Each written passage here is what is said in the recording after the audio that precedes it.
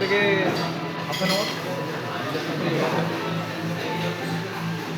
আপনি আপনি যা বলেছিলেন ওই ইয়ে বাবু,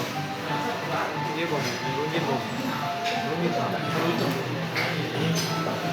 ওদের যে কেয়ারটেকার আমি বলছি, দিলীপ বাবু, বলে দিয়েছি ওই যে ভদ্রলোকটা কাজ টাজ করেন উনি যাতে 10 তারিখের পর থেকে 1 মাসের জন্য আপনার ওখানে হ্যাঁ, অনেকটা ভালো কাজ করে।